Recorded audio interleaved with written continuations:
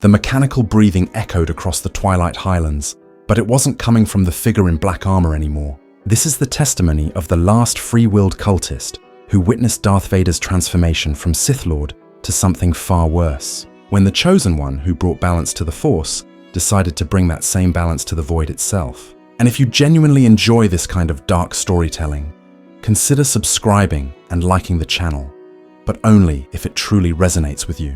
What happens when military discipline meets cosmic horror? When the Empire's order corrupts the old gods themselves? When breathing becomes a weapon that rewrites reality? The sky tore open above the Twilight Highlands that day. Not with fire or fell magic, not with the shimmer of arcane portals. It split with the sound of breathing. Mechanical, rhythmic. Like the world itself had developed lungs of iron and started to wheeze. I was there, a faithful servant of the Twilight's hammer. I had given everything to hear the whispers of the old gods. My sanity, my flesh, my name, but nothing prepared me for what stepped through that wound in reality. He was already broken when he arrived. That's what made him perfect for N'Zoth. The figure in black armor moved with purpose through our encampment. Our cultists scattered before him. Some tried to attack. He raised his hand. They rose into the air, clutching at their throats. No magic we recognized, no incantation, just will made manifest. The first thing the whispers told us was his name, Vader. Lord Vader. He had served another master once, an emperor who ruled through fear and order, through something called the dark side. We laughed at first. What darkness could compare to the void between stars? What order could match the beautiful chaos of the Black Empire's return? We stopped laughing when he killed Chogol's lieutenant with a blade of pure energy, red like crystallized blood, humming with a sound that made Serenites sing in harmony. The two-headed ogre mage had challenged him, called him a pretender. Vader simply walked forward. The lightsaber, as he called it, carved through magical shields like they were mist, through flesh like it was shadow. The old gods spoke to him immediately. I saw it happen. He stood among the corpses of those who challenged him. And suddenly his breathing changed, became deeper, more labored. His hand went to his helmet. The whispers had found cracks in his mind, old wounds, a dead wife, murdered children, betrayal by a master, loss of limbs, loss of self, loss of everything that made him human. N'Zoth saw these wounds and laughed across dimensions. Within 3 days, Vader had restructured the entire Twilight Highlands operation. Where Chogol ruled through madness and ecstasy, Vader imposed military discipline. Cultists marched in formation. Faceless Ones learned to salute. Even the tentacles moved with precision.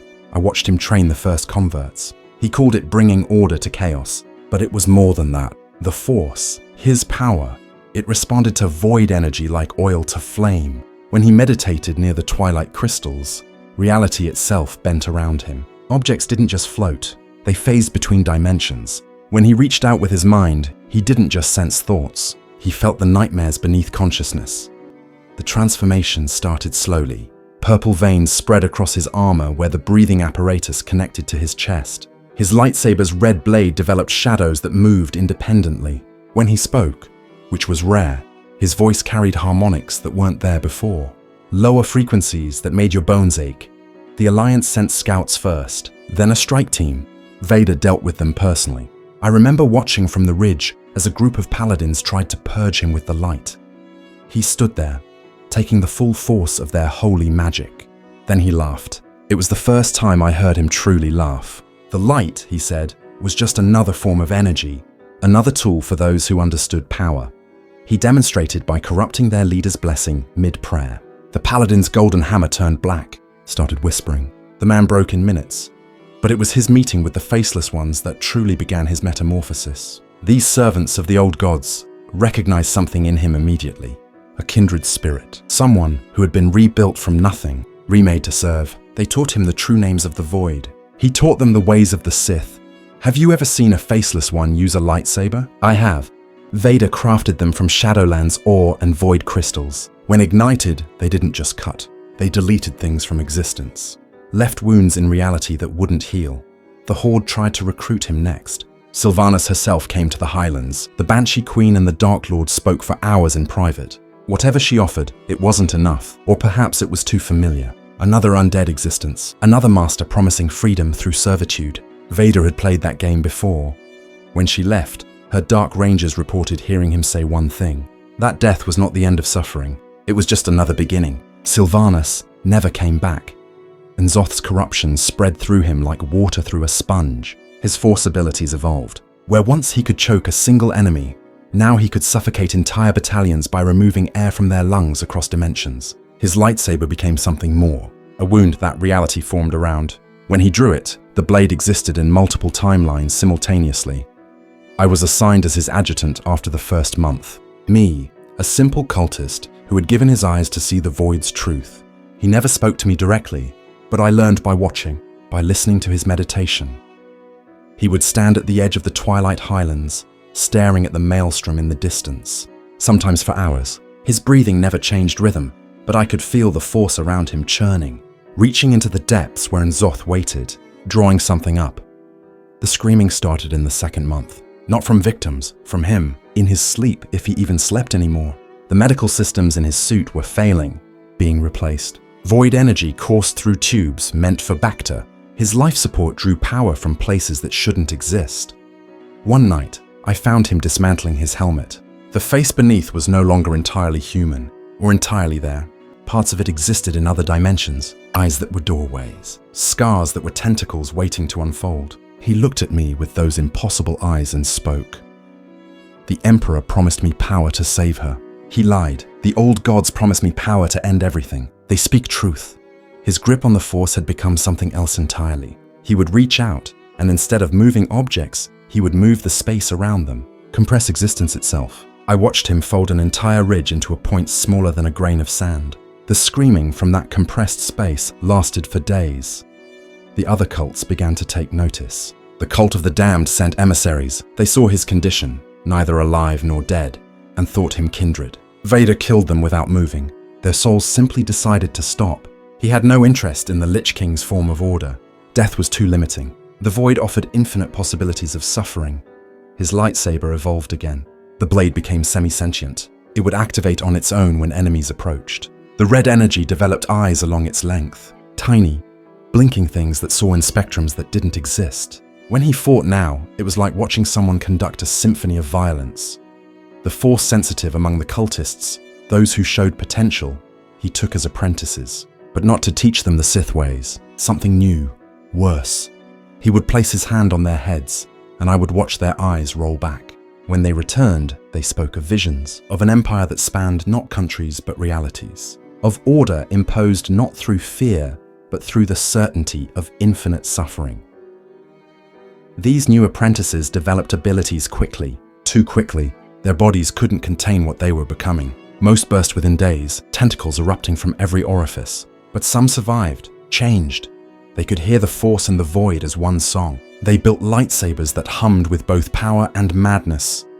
Have you ever wondered which of Azeroth's corruptions would claim them first? Drop your theories in the comments. I need to know I'm not alone in thinking about this. Wait, I need to continue telling you what happened next. The third month brought the dragons. The Black Dragonflight, or what remained of it after Deathwing's fall, sensed what Vader was becoming. They came to the Highlands in force, dozens of them, their corrupted forms blotting out the sun. They thought him a rival, another would-be aspect of death. Vader stood alone on the highest peak as they descended. No defensive stance, no preparation, just that eternal breathing as dragons unleashed shadow flame upon him. The flames hit something around him and split. Not a shield, a fold in space where the fire simply agreed not to exist. Then he reached up. All of them stopped mid-flight. Every dragon simultaneously clutched at throats they no longer needed to breathe through. But it wasn't strangulation. He was pulling something out of them, their connection to the Void, drawing it into himself like breath into lungs. The dragons fell from the sky like rain made of scales and broken wings. When they hit the ground, they were pure again.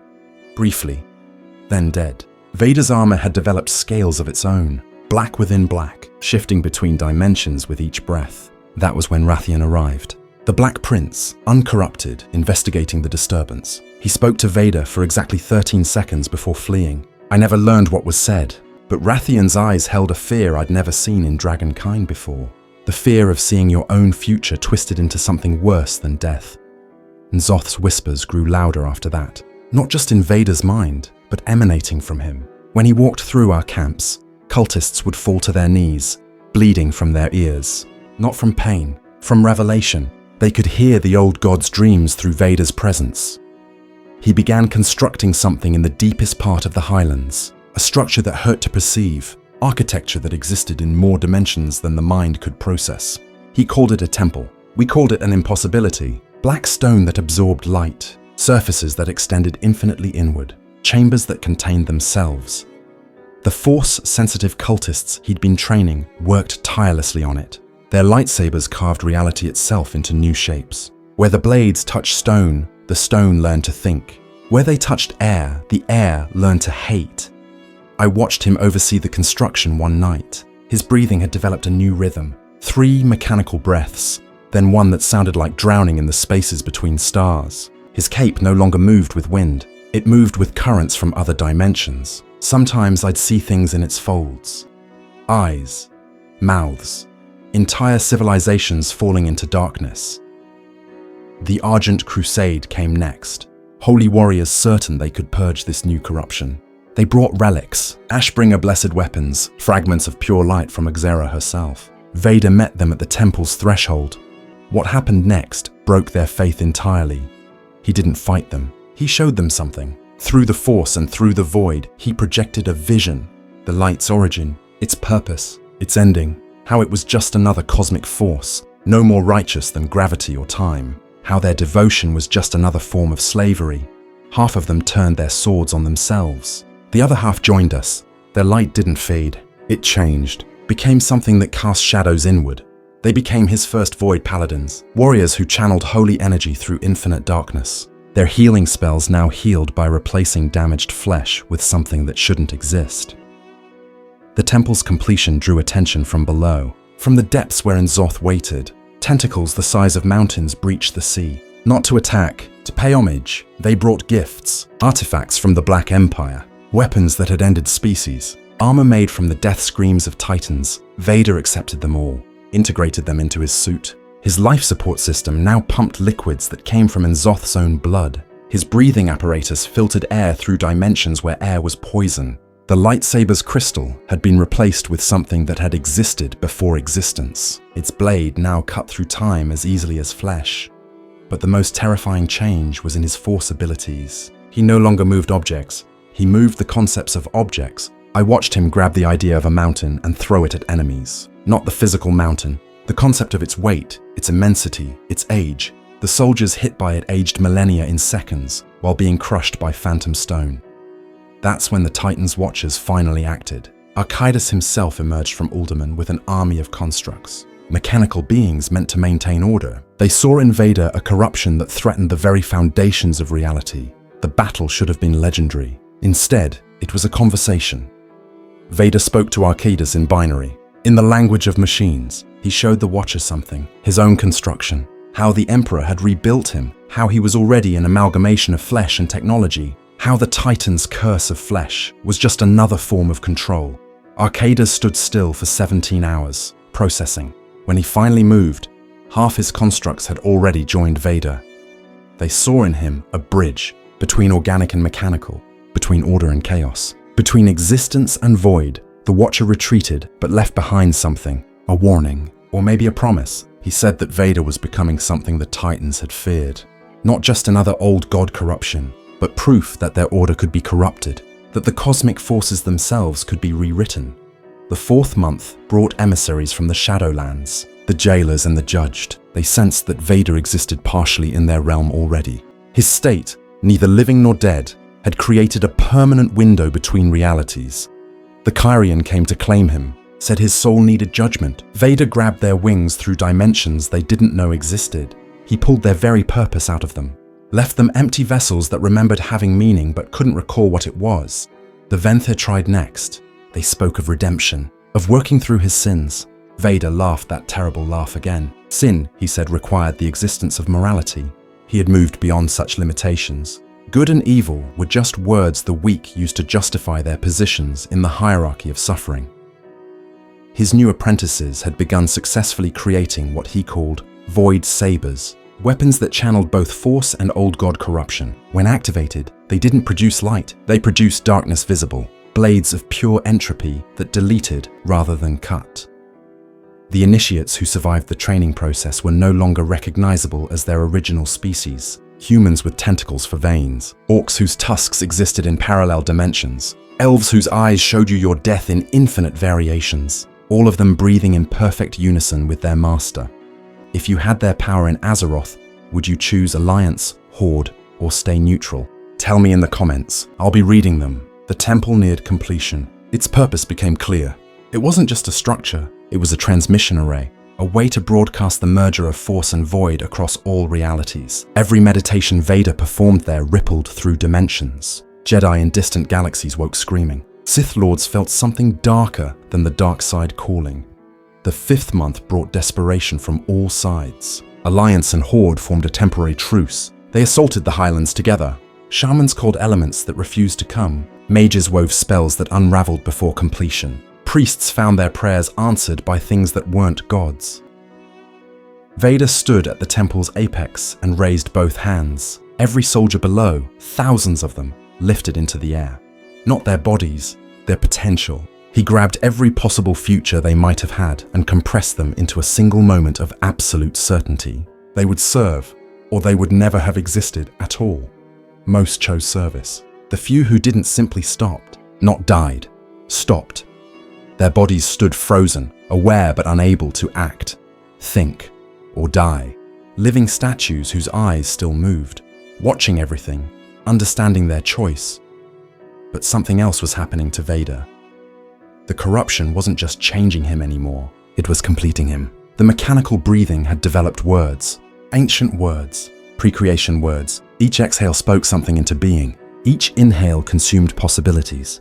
His armor had become organic, still black, still mechanical, but alive in ways that metal shouldn't be. It grew, it spread. Cultists who stood too close would find bits of it growing on them. Black mechanical tumors that whispered in binary the truth of the void.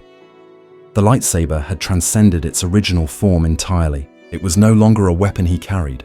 It was a wound in reality that followed him. When he wanted to cut, the universe obligingly split along lines he imagined. When he wanted to defend, attacks simply decided they had never happened. N'Zoth's whispers had become screams of joy. Through Vader, the old god had found something new. A way to corrupt not just Azeroth, but the fundamental forces that governed all realities. The Force wasn't native to this universe, but through Vader it had been infected, contaminated, made part of the old god's design. Wait, there's more. The final transformation. The moment when even I, devoted as I was, wondered if we had gone too far.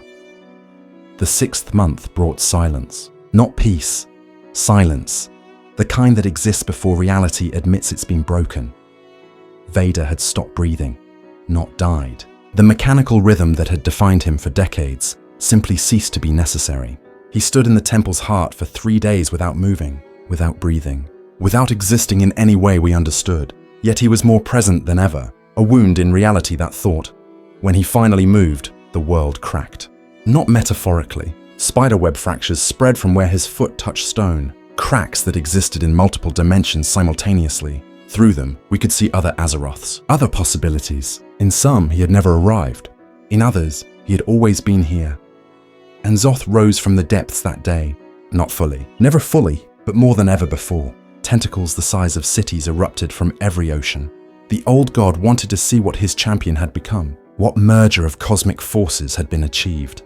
Vader turned to face the massive eye that broke the sea's surface. They spoke without words, through force, through void, through frequencies that made reality itself listen. What passed between them changed the nature of corruption itself. N'Zoth had expected a servant, a champion, another Deathwing to herald the Black Empire's return. Instead, he found something else. Vader had become corruption incarnate, not serving the void, not wielding the Force. He had become the space between them, the impossible merger that should never have existed. The old god laughed, then screamed, then fell silent. Vader had done something impossible. He had corrupted an old god. Through the Force, he had given N'Zoth something the void could never provide. Individual will, singular purpose, the ability to want something beyond the endless hunger of the void. And with that want came suffering. True suffering. The kind that comes from knowing exactly what you've lost and will never regain. N'Zoth's tentacles began to change. Mechanical components grew from flesh. Breathing apparatuses formed from nothing. The old god was being remade in Vader's image, a fusion of cosmic horror and technological imprisonment. The other old gods felt it. Yogg-Saron howled from his prison. Sathun's whispers became pleas. Even Y'Shaja's lingering essence recoiled. They had found something worse than the Titan's justice. They had found transformation into something that suffered with perfect clarity. Vader's apprentices had completed their own metamorphosis. They stood around the temple in perfect formation, breathing in unison with a master who no longer breathed. Their void sabers had evolved into something worse. Weapons that existed as pure thought, they could kill by simply understanding their enemies out of existence. The Faceless Ones knelt before him now, not in worship, in terror. He had shown them what they truly were. Not servants of the old gods, not harbingers of the Black Empire. Just another form of slave, another variation of suffering in an infinite cosmos of pain. Some of them he remade, gave them mechanical lungs, taught them to breathe suffering instead of air. They became his void troopers, disciplined, ordered, infinite. They marched in formations that existed in multiple realities simultaneously. When they attacked, they did so across all possible timelines at once. That's when Azeroth herself responded. The world soul, sleeping for so long, stirred, not to wake, to flee, to escape what was happening on her surface. But there was nowhere to go. Vader had spread his influence through the Force into spaces between atoms, into the pause between heartbeats, into the moment between thought and action. The planet's very essence began to change. Where Vader walked, the ground became conscious of its own existence. Rocks developed the capacity to suffer. Air learned to hate. Water remembered every drowning it had ever caused. The bronze dragonflight tried to intervene, to go back, to prevent his arrival. They found the timeline locked, not by magic, by certainty. Vader had made his existence a fixed point across all realities. He had always been here. He would always be here. The Force and Void had always been merged. This was the only possible outcome. Nosdormu himself appeared. The aspect of time looked upon what Vader had become and spoke a single word. Inevitable. Then he left. There was nothing to fix. This was not a corruption of the timeline. This was its purpose. The Legion noticed next. Demons from the twisting nether felt something new, a corruption deeper than Fel, a order stricter than Sargeras' crusade. They came to investigate, to potentially recruit. Vader corrupted them with a glance. Not with void, with clarity. He showed them what they were. Eternal beings locked in eternal war for eternal reasons they couldn't remember. He gave them the gift of understanding their own futility. The demons didn't die. They stopped, frozen in existential horror at their own existence. The temple was complete, a structure that existed in every dimension where suffering was possible. At its heart, Vader had placed something impossible, a crystal that was simultaneously Kyber and void. It channeled the Force through the old god's dreams. It focused suffering into a beam of pure ordered chaos. When activated, it didn't destroy. It transformed. Everything touched by its light became aware of every moment of suffering it had caused, every moment it would cause, every variation across infinite realities. Perfect knowledge bringing perfect agony. He used it once. On himself, I watched from a distance as my master stood in that impossible light. His armor cracked, not breaking, opening, like a chrysalis. What emerged wasn't Darth Vader anymore, wasn't even recognizable as having once been human. It was order given form through chaos, a being of pure disciplined suffering. Every breath it didn't take rewrote reality. Every movement existed in all dimensions simultaneously. When it spoke, which was rare, the words created new forms of corruption that had never existed before. The first word it spoke was a name, Anakin, but said with such perfect absence of humanity that the name itself became poisonous. Anyone who heard it forgot what love meant, remembered only betrayal, only loss, only the moment when everything good becomes everything wrong. This new being, this thing that had been Vader, looked at N'Zoth. The old god, now partially mechanical, breathing through apparatuses that shouldn't exist, knelt, not in submission, in recognition. This was what the Void Lords had feared. Not the Titan's order, but order that understood chaos. Chaos that maintained discipline. The Black Empire had returned, but not as anyone expected. Cities of mechanical flesh rose from corrupted ground. Structures that breathed in perfect unison. Streets that pulsed with veins carrying both blood and electricity. Towers that existed in multiple dimensions, each one suffering differently, but maintaining perfect architectural harmony. The citizens of this new empire were volunteers. those who had glimpsed what Vader had become and chose transformation over ignorance. They breathed through mechanical lungs, saw through eyes that existed partially in the void, thought with minds that understood suffering as mathematics. The Alliance and Horde didn't fall. They simply became irrelevant. Their war, their causes, their hopes, all seemed so small compared to the infinite suffering made manifest. Some joined the new empire, others fled to corners of Azeroth not yet touched. But there were fewer of those every day. I write this testimony from inside the temple. I've been chosen for transformation. Tomorrow I receive my breathing apparatus. I will understand the rhythm of suffering. I will see reality through lenses of ordered chaos. Part of me, the part that still remembers being just a cultist, wonders if this is victory or damnation. But I've heard the new master speak. Victory and damnation are the same word in the language he's created, a language where every concept contains its opposite, where meaning becomes meaningless through perfect understanding. The Force sensitives from other realities have felt the change. Some come seeking power. They find transformation. The Sith code and Jedi code have been rewritten into something that acknowledges both and denies everything. Peace is a lie, but so is passion. There is only suffering, and through suffering, clarity. Through clarity, order. Through order, chaos. Through chaos, suffering. The breathing never stops now. Not from him, he doesn't need it. From everything else. The whole world breathes in mechanical rhythm. In, out, in, out. Each breath spreading corruption that builds rather than destroys.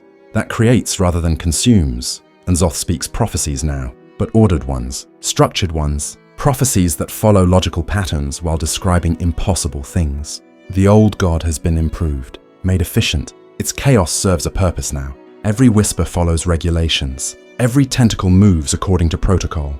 The void. Lords themselves have taken notice. From beyond reality, they observe what shouldn't exist. Order and chaos unified, force and void merged. They're not angry, they're curious. What Vader has become might be what they always wanted, or their greatest fear. Even they can't tell anymore. This is my last testimony as myself. Tomorrow, I become something more, something less. Something that breathes with purpose and suffers with clarity. The transformation isn't forced upon us.